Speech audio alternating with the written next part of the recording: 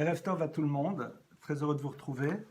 Donc, on a conclu hier, même si je vais encore revenir un tout petit peu dessus, la Mishnah 15, dans laquelle, eh bien, le dernier enseignement que nous avions vu de Shammai dans cette Mishnah était Heve mekabel et kol ha'adam besever panim yafot, de recevoir tout individu besever panim yafot avec un visage ouvert et agréable. Et hier, nous nous étions arrêtés en premier lieu sur l'importance fondamentale de sever panim yafot au niveau de quelqu'un, c'est-à-dire le Talmud nous dit il vaut mieux donner la blancheur de ton sourire plutôt qu'un bon verre de lait. Alors bien sûr, le mieux c'est de donner les deux à la fois. Et le Talmud nous avait dit qu'on peut avoir le cas d'un enfant qui donne à son père toutes sortes de bonnes choses à manger. Et cet enfant pense il fait tout comme il faut. D'ailleurs, on va le traduire aujourd'hui d'une manière différente. Il est là, il paye des vacances, il fait même voyager papa éventuellement en business et maman en business class. Et super, il leur paye, mais comme on dit un peu légèrement en français, il ne les calcule pas. C'est-à-dire il est là, allez, venez, etc. Et il ne leur montre pas l'intérêt qu'il porte réellement à eux, il ne prend pas le temps de leur sourire, il ne prend pas le temps de s'investir réellement par rapport à eux. Eh bien, nos maîtres nous disent qu'évidemment, cette personne-là n'a absolument pas compris quel est son devoir, et ils ont des paroles très très dures sur quelqu'un qui a ce type de comportement. Donc, Kol ha'adam besever panim yafot, recevoir tout individu besever panim yafot avec un visage ouvert. On s'est arrêté sur le terme de Kol ha'adam, qui est à la fois nous renvoie au concept de la personne, qu'elle soit juive, qu'elle ne soit pas, avec cet enseignement de Rabban Yochanan ben Zakkai, à propos duquel on a dit que jamais personne ne l'a salué en premier. Il était celui qui saluait tout le monde en premier, même la personne qui balayait le marché, eh bien c'était lui qui le saluait en premier, alors que c'était un maître de tout premier plan et qu'il avait des responsabilités écrasantes qu'il devait assumer. Et on avait vu Et Kol Ha'adam, et c'est sur cela qu'on s'était arrêté hier, le fait qu'il y ait marqué Et Kol Ha'adam, la totalité de l'homme, eh bien c'était pour peut-être nous aider justement à accomplir ce commandement, c'est-à-dire voir l'individu dans son intégralité, ne pas le voir dans une dimension fractionnée, mais le voir dans son intégralité. Et réaliser que chaque individu, même si à un moment on n'a peut-être pas envie de le saluer de manière sympathique, parce que sais-je, il peut y avoir un différend, une difficulté ou autre chose, eh bien regarde-le dans sa globalité et rappelle-toi qu'il est le fruit d'une histoire, de trauma, de moments difficiles, et donc n'est pas un regard de jugement par rapport à lui, et salue-le en te rappelant qu'au fond tu as face à toi toute une histoire. Et en même temps, Et Kol Ha'adam, sois capable de voir aussi tous les points positifs qui sont les siens, et c'est ce qui te permettra d'avoir un sourire sympathique quand tu te focaliseras sur ces points positifs qui sont présents chez lui, sans t'arrêter sur ces points négatifs. Ça, c'est donc quelque chose que l'on se doit de mettre en place. Et je voudrais vous raconter un enseignement que j'ai entendu de la Rabbanit Jungreis. La Rabbanit Jungreis était une femme exceptionnelle qui malheureusement n'est plus de ce monde et qui est passée par les camps. Et la Rabbanit Jungreis, eh bien, un jour dans un de ses cours, dans une de ses conférences qu'elle donnait quand elle avait, je ne sais pas à l'époque, 80 ans déjà, eh bien, elle a dit cette chose extraordinaire. Elle a posé la question qui est une question au fond toute simple. Vous savez, parfois il y a des questions qui sont toutes simples et on n'y pense pas tellement ça a l'air d'être évident. Mais en vérité, une fois que la question a été posée, on s'est dit, mais comment se fait-il que je ne me suis moi-même jamais posé la question? Alors, quel était le sujet? Eh bien, c'est très simple. Elle a dit, quand on se salue, quand on rencontre quelqu'un, eh bien, en hébreu, on a l'habitude de saluer cette personne en lui disant Shalom Aleichem. Shalom, que la paix Aleichem soit sur vous. C'est comme ça que de manière générale, on salue les gars. Ah, Shalom Aleichem, bienvenue, bienvenue, bienvenue. Surtout si c'est une personne qu'on n'a pas vue depuis un certain temps ou quelqu'un qu'on voit pour la première fois. C'est la manière dont on salue dans le peuple juif quelqu'un que l'on rencontre. Shalom Aleichem, que la paix soit sur vous. Et elle pose la question évidente. Nous savons très bien que le vous de politesse n'existe pas en hébreu, même si aujourd'hui on a essayé de l'introduire en hébreu moderne, mais le vous de politesse n'existe pas. Lorsque, dans l'hébreu, on voit le terme du vous, du pluriel, c'est un pluriel. Ce n'est pas le vous de politesse, mais c'est un vous pluriel. Il y a je, tu, il, nous, vous. Et donc quand on rencontre quelqu'un, eh bien, aujourd'hui, en hébreu moderne, on dit Ma'atem Roshim, qu'est-ce que vous pensez? Et comme la personne est seule, alors il comprend que l'autre lui parle et qu'il utilise le vous pour pouvoir un petit peu copier ce que l'on retrouve dans d'autres langues. Soit. Mais, en hébreu à la base, c'est pas comme cela. Et donc, la logique aurait été, lorsque vous rencontrez quelqu'un que vous ne connaissez pas ou même que vous connaissez, eh bien, si cette personne est seule, tu lui diras « Shalom alecha », que la paix soit sur toi. C'est-à-dire, tu la salues au singulier. Ou si c'est une femme, « Shalom alayir », que la paix soit sur toi au féminin. Pourquoi dit-on « Shalom alechem », que la paix soit sur vous au pluriel? Et là, une merveilleuse explication de la rabbinite Young Grace. Elle dit, quand tu salues quelqu'un, bien sûr tu le salues au pluriel. Pourquoi tu le salues au pluriel? Parce que tu ne salues pas que cette personne. Tu salues tous ses ancêtres, tous ceux qui lui ont permis de pouvoir exister aujourd'hui. Shalom Alechem, que la paix soit sur vous. Et donc, cet enseignement que je trouve magnifique, eh bien, pour moi, peut nous aider ici à inscrire un petit peu plus aussi cette notion de Ve'eme Kabel et Kol Ha'adam Besever Panim Yafot. Reçois tout à chacun Besever Panim Yafot, avec un visage ouvert et agréable. Derrière cette personne, il y a toute une histoire. Il y a des parents, il y a des grands-parents, il y a des arrière-grands-parents. Et vois l'autre dans sa globalité. Ne le vois pas juste à travers le prisme d'un moment. Ne le vois pas juste à travers la difficulté que l'on voit à un instant, mais regarde-le dans tout ce qu'il est. Donc ça, c'est l'enseignement de Shammai, qui en a donné bien sûr beaucoup d'autres, mais voici un petit peu ce Heve Mekabel et Kol Adam Besever Panim Yafot qui demande un véritable travail, comme on l'a vu, un véritable investissement. C'est quelque chose qui s'apprend. Je me rappelle d'un maître exceptionnel qui n'est plus de ce monde, qui s'appelait le Rav Cohn, le Rav Philippe Cohn, Yaakov, Philippe on l'appelait, et il venait régulièrement à Paris, il était de Marseille, et il avait des bureaux pas loin de nos bureaux. Et donc il pouvait m'arriver de le rencontrer dans la rue, rarement, mais il pouvait m'arriver de le rencontrer. Et je me rappelle encore aujourd'hui comment cet homme, qui était bien sûr plus âgé que moi, lorsqu'il me voyait arriver avec un sourire, une main tendue, et me disait « Bonjour Élie, comment vas-tu » Et il me tenait la main, il me serrait la main, avec gentillesse, il me regardait, et ces mots de « comment vas-tu » eh bien, étaient l'expression d'un intérêt réel et sincère. D'ailleurs, je pense que si je n'allais pas bien, je n'aurais pas pu lui dire « ouais, ça va, ça va ». J'aurais pu lui dire éventuellement « bon, il y a des choses qui vont ». Parce que il y avait quelque chose de vrai. Et c'était vraiment l'expression de « Heve Mekabel et Kol Ha'adam Besever Panim Yafot », avec un visage ouvert, avec un visage gentil. Au moment où tu le salues, il faut que cette personne se rende compte, pardonnez-moi, que tu salues cette personne et exclusivement elle, que tu es tourné vers elle. Ça va prendre 15 secondes. Bonjour, comment allez-vous? Ça me fait plaisir de vous voir, bienvenue. Combien de temps ça a pris? Bonjour, comment allez-vous? Ça me fait plaisir de vous voir, bienvenue. Regardez, 5 secondes, même pas. Je parle peut-être un peu vite. 6, 7, 8. Et ça peut changer la journée de quelqu'un. Je vais raconter une histoire qui peut vous toucher sûrement, de cet enfant qui a raconté lorsqu'il a grandi que ce qui lui donnait envie de vivre et d'avancer, alors qu'il vivait dans une famille très complexe, c'était le sourire de la femme de ménage de l'école lorsqu'il arrivait le matin et qui disait « Bonjour mon petit, comment tu vas ?» Mais le saluait avec tellement de chaleur et d'affection que c'est ce qui le nourrissait. Alors bien sûr, c'est une histoire un peu extrême. On ose espérer que les parents saluent comme ça leurs enfants le matin lorsqu'ils se lèvent, lorsqu'ils leur disent au revoir, lorsqu'ils vont à l'école. Mais c'est quelque chose donc à travailler, et Kol Ha'adam. Et au passage, vous ne pouvez pas vous imaginer comment ça peut construire, parce que Mekabel et Kol Ha'adam Besever Panim Yafot, c'est aussi se promener avec un visage qui n'est pas un visage fermé. Évidemment, il y a des situations de vie parfois qui font que ce n'est pas simple. Mais on parle d'un quotidien dans lequel les choses globalement vont.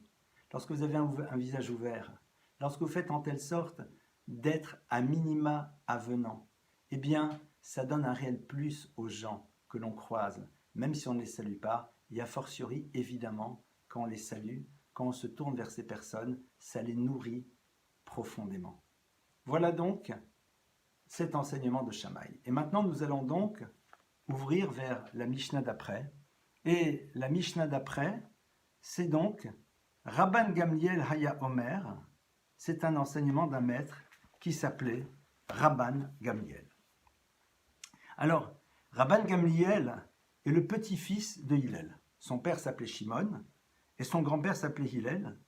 Et il était le prince d'Israël dans les 10 dernières années qui ont précédé la destruction malheureusement du Second Temple. C'est au fond celui que l'on appelait Rabban, le maître, parce qu'il était véritablement le maître de l'époque. Et il a en effet été celui qui a repris le flambeau. Mais ce qui est très intéressant, c'est que les personnes qui ont fait attention aux Mishnayot que l'on a vu depuis le début pourraient m'interpeller, me dire « Ah, Mister Lemel, il y a un problème. C'est que jusqu'à présent, eh bien, nous avions des textes dans lesquels la Mishnah commençait avec « Kiblou mehem ». Ils ont reçu de Moïse a reçu la Torah du Sinaï, ils vont dire telle chose. X a reçu de Y, ils ont reçu de Hillel et Shammai ont reçu de Shmaya et Aftalion. Et maintenant, Rabban Gamliel, qui est le petit-fils de Hillel, non, Rabban Gamliel, Omer, il dit. C'est intéressant pourquoi, à partir de maintenant, on ne parle plus de cette notion de Kiblou même, ils ont reçu d'eux. Eh bien, c'est une manière de nous ouvrir au drame qui est en train de se jouer à cette époque-là. Nous sommes dans l'époque qui précède la destruction du temple. Le peuple d'Israël est conquis, il est soumis. On est dans une période très complexe. Et malheureusement, c'est à partir de là où les problématiques de transmission commencent à devenir un petit peu difficiles. C'est là où commence ce que l'on appelle l'univers de la machloket, de la disputation, puisque certains vont entendre des choses qui sont A et des choses qui vont entendre qui sont B. Le Kiblou Mehem, ils ont reçu d'eux, était là pour nous dire on avait ici une transmission que je qualifierais de quasi parfaite. Ils avaient reçu un enseignement des maîtres et ils étaient capables de le retransmettre intégralement. Et à partir de Rabban Gamliel, à partir de cette époque qui précède la destruction du temple, eh bien, on ne dit pas Kiblou parce que certains vont recevoir A et d'autres vont recevoir A'. Et d'ailleurs, vous savez parfaitement que tout l'enjeu du travail qui va se retrouver plus tard dans le Talmud, ça va être justement d'éclaircir, parce que on va avoir des transmissions parfois qui ne sont pas identiques. Et lorsque vous avez des transmissions qui ne sont pas les mêmes, évidemment, vous êtes obligé de commencer à discuter et d'arriver à des conclusions. Ça va être tout le travail du Talmud, de reprendre justement sur la totalité des points ce qui a été transmis. La plupart du temps, les transmissions seront pardonnez-moi, identiques, mais parfois, un maître va se lever et va dire « Ah ben non, c'est pas exactement ça ce que j'avais entendu ». Et c'est là où vont commencer les échanges entre ces maîtres, c'est ce que l'on appellera le point d'entrée du Talmud, pour arriver à la conclusion de savoir quelle est véritablement la chose qui a été transmise, et ça c'est déjà un autre sujet. Donc, avec l'arrivée de l'enseignement de Rabban Gamliel, qui bien sûr a reçu un enseignement de ses maîtres, le fait de ne pas utiliser le terme de Kiblou est là pour nous ouvrir à l'époque dans laquelle on se trouve. Et Rabban Gamliel Omer, il dit la chose suivante. Et regardez le premier enseignement. Il nous dit « Assez lecha rav ». Fais-toi un maître. Et là, vous me dites « Ah, Lemel, on a déjà parlé de ça un peu plus tôt. Ça a déjà été dit. » Donc, qu'est-ce qu'il est en train de nous dire de nouveau? Fais-toi un maître. Mais vous vous rappelez que plus tôt, on avait déjà dit « Assez lecha rav ou kne lecha chaver ». Fais-toi un maître et achète-toi littéralement un chaver, un compagnon d'études. Donc on va essayer de comprendre dans quelques instants, c'est quoi ce assez le harav, ce fais-toi un maître, que reprend Rabban Gamliel. Deuxième enseignement, vehistalek minasafek, et écarte-toi du doute, ve'al tarbe le aser omadot, et ne cherche pas à donner et à faire les prélèvements de manière approximative. Alors, on va ici rentrer un petit peu dans ce que Rabban Gamliel va nous dire. Rabban Gamliel, rappelons-nous, évidemment, va donner cet enseignement et il va être en phase avec les problématiques de son temps. C'est-à-dire que Rabban Gamliel, pour ceux qui vont étudier le Talmud, ou qui l'ont déjà étudié, ou qui l'étudient, eh bien, on le voit émerger dans énormément d'enseignements. Mais quand on dit Rabban Gamliel Omer, il dit, c'était un petit peu la phrase qu'il avait l'habitude de répéter de manière récurrente. C'est-à-dire, avec cette phrase, il exprimait un petit peu ce qui pour lui semblait être quelque chose d'extrêmement important à son époque. C'était un petit peu son mot d'ordre, son leitmotiv. Il donnait évidemment beaucoup d'autres enseignements dans plein de domaines, mais disait de manière récurrente, attention, assez le hara, fais-toi un maître, et istalek minasafek sauf du doute. Pourquoi c'était ça sa préoccupation?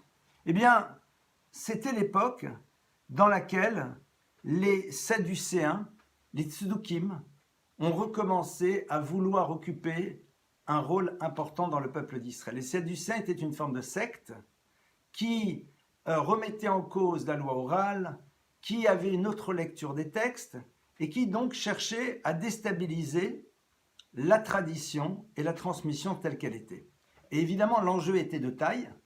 Les Sadducéens étaient mus par des intérêts multiples et variés, entre autres, ceux qui avaient fait émerger cette école, au fond, derrière cela, voulaient mettre de côté l'autorité ce qu'on aurait dit aujourd'hui des rabbins, c'est-à-dire des maîtres de l'école, de l'époque, puisque c'était les maîtres qui transmettaient la tradition depuis le Sinaï. Et eux, ils ont dit, oh non, c'est du n'importe quoi, c'est un petit peu comme aujourd'hui certains disent, c'est des inventions de rabbins. Et à partir de ça, ils vont commencer à dire, mais non, c'est pas comme ça qu'il faut comprendre, et en vérité, non, on pense que, et on va s'arrêter au texte. Ce qui au passage pose un problème très important, et ce qui va amener par la suite à des lectures assez folles du texte, puisque si vous regardez le texte de la Torah, et que vous le lisez, que vous le traduisez sans l'interprétation des maîtres, vendredi soir, quand vous êtes chez vous, Shabbat, il faut rester dans le noir. Et vous devez manger froid, puisqu'il y a marqué Altaviru ersh bechol moshotechem b'yom Shabbat, qu'il n'y a aucune forme de flamme, quelle qu'elle soit, chez vous, le jour du Shabbat.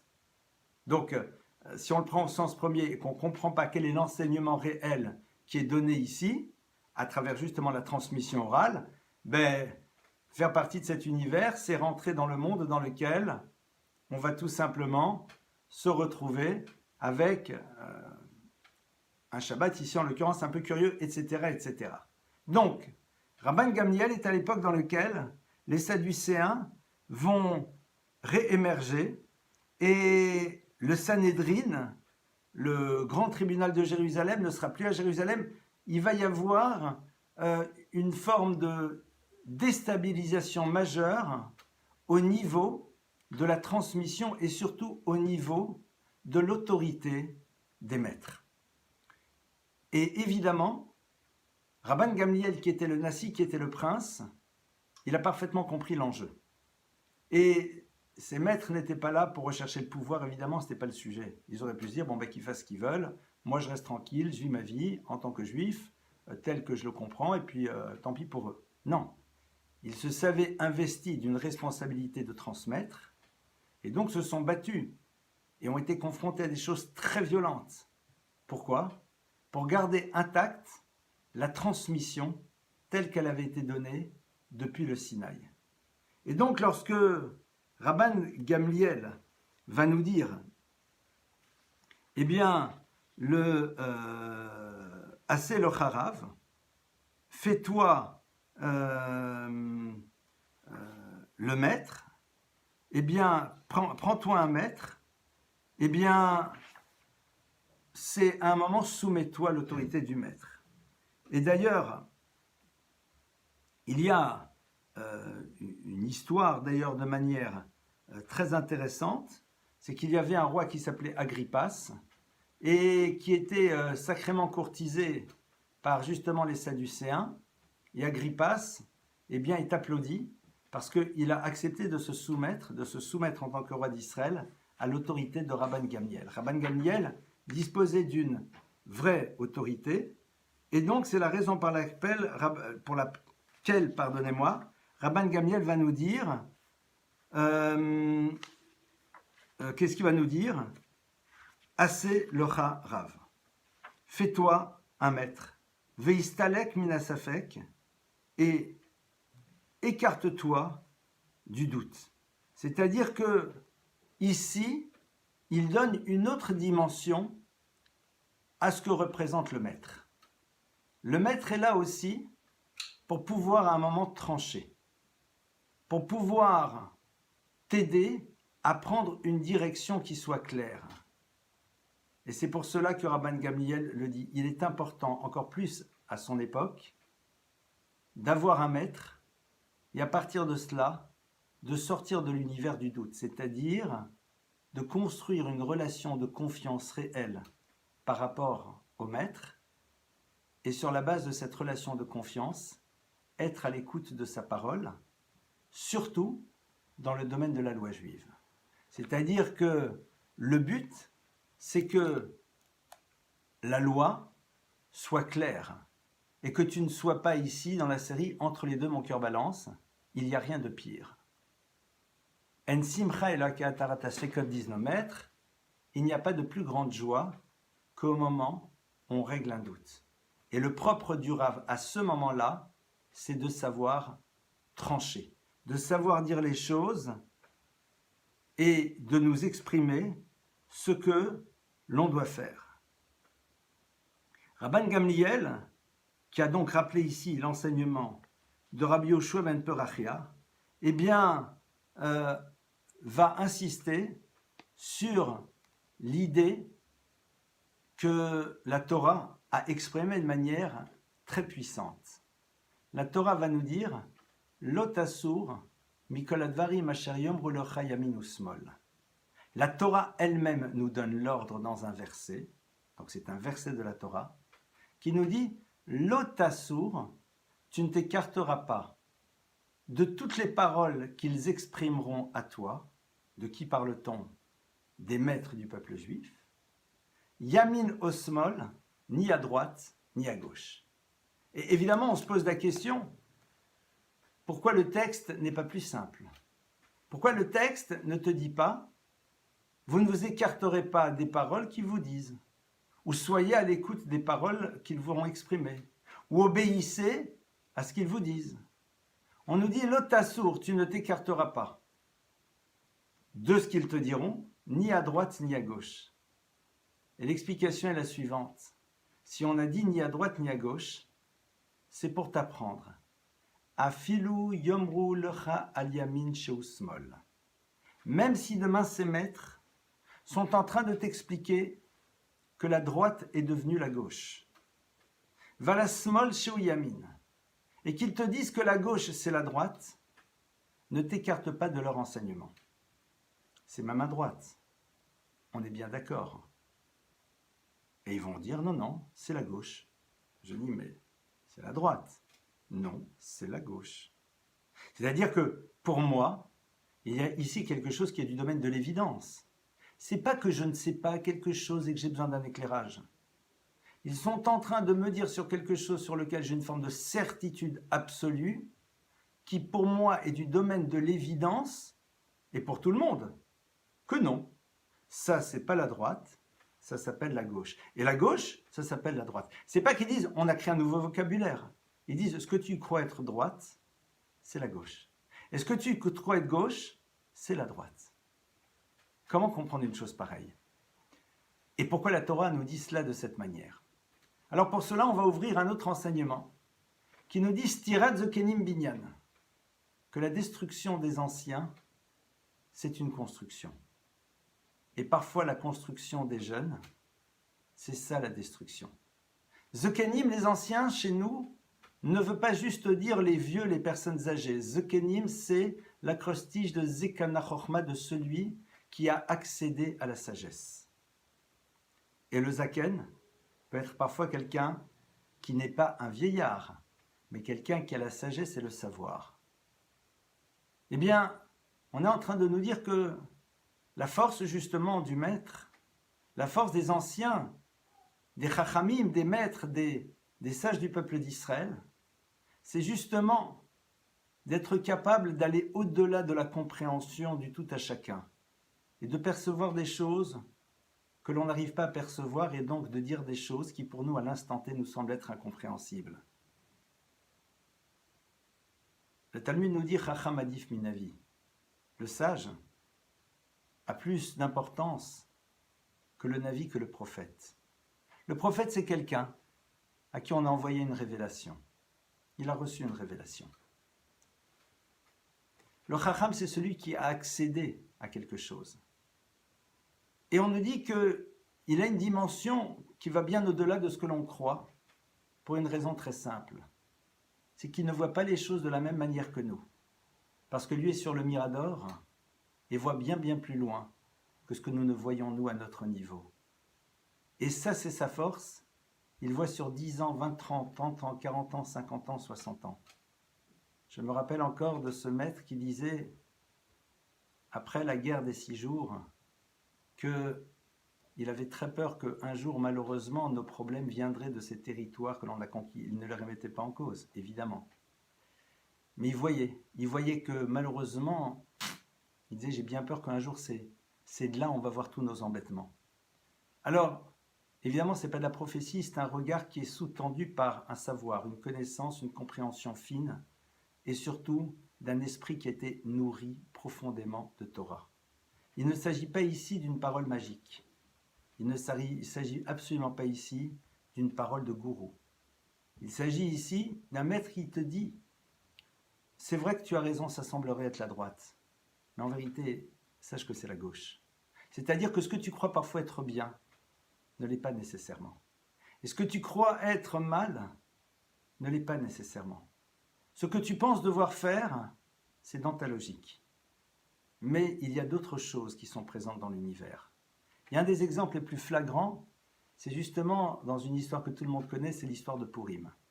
Dans l'histoire de Purim, il y a un homme qui s'appelle Mordechai. Mordechai, c'est le maître. Tout le monde est invité au festin du roi Assuérus, même les Juifs.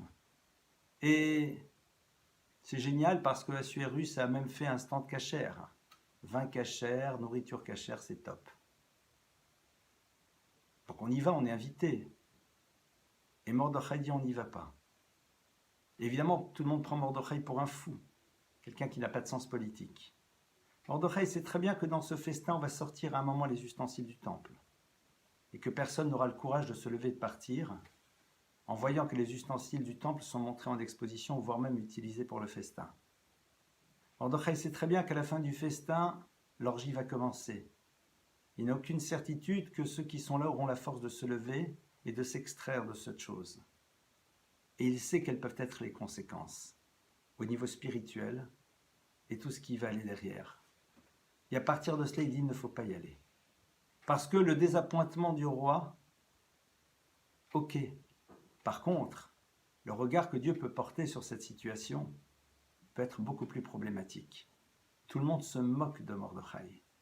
Tout le monde le regarde comme étant l'imbécile de service qui n'a rien compris aux choses, alors que tout le monde, les présidents, n'est-ce pas, ont tout compris. Et donc, ils vont. Et dit le Talmud, quand ils s'installent au festin, c'est à ce moment-là où le décret divin de ce qui va se passer se met en place. Et si ce n'est cette intervention de Esther qui ramène le peuple d'Israël à faire un retour profond à Dieu, eh bien, l'histoire aurait été légèrement plus complexe. C'est un des exemples, parmi tant d'autres, de ce que veut dire Aseh lo Harav. Évidemment, et nous le verrons par la suite. Et on va même l'évoquer très rapidement ici. Nos maîtres disent que si ton Rav est à l'image d'un ange de Dieu, prends-le comme Rav, sinon ne le prends pas. Alors vous allez dire, mais un ange, c'est quelqu'un qui n'a pas de corps. C'est quelqu'un de parfait. Le Rav ne peut pas l'être. C'est vrai. Il ne peut pas l'être, mais il tend vers cette perfection. Mais où se situe, entre autres, la comparaison? Le Malach Hashem, l'ange n'est là que pour remplir sa fonction. Ce qui l'intéresse, c'est tout simplement de faire ce que Dieu lui a demandé, et pour lui, il n'y a rien d'autre qui compte dans l'existence. Ce maître vers lequel tu vas devoir te tourner, eh bien, un des éléments qui te permettront de déterminer Le fait que tu vas être à l'écoute de sa parole, c'est le fait. Que tu te rends compte qu'il n'est qu'au service de ses responsabilités. Il n'est là que pour pouvoir remplir son rôle. Il ne cherche pas à s'approprier quoi que ce soit. Son but ultime, c'est de remplir la mission qui est la sienne, et quelque part son histoire n'a de sens qu'à travers cette mission. On lui a demandé d'assumer et qu'il cherche à assumer le mieux possible. Évidemment, il y aurait d'autres choses à dire, mais c'est juste une ouverture pour un petit peu mieux comprendre ce concept. Bezrat Hashem, on se retrouvera demain pour la suite, et je vous attends pour un autre cours maintenant qui va avoir lieu sur un autre lien sur la notion de la relation à l'autre dans la tradition juive. Je vous dis Laïla Tov, je réalise que j'ai pris 3 minutes de trop, j'en suis désolé pour la personne qui prend la suite, vraiment toutes mes excuses, et Kol Tov à tout le monde, Laïla Tov, qu'on ait de très bonnes nouvelles les uns des autres.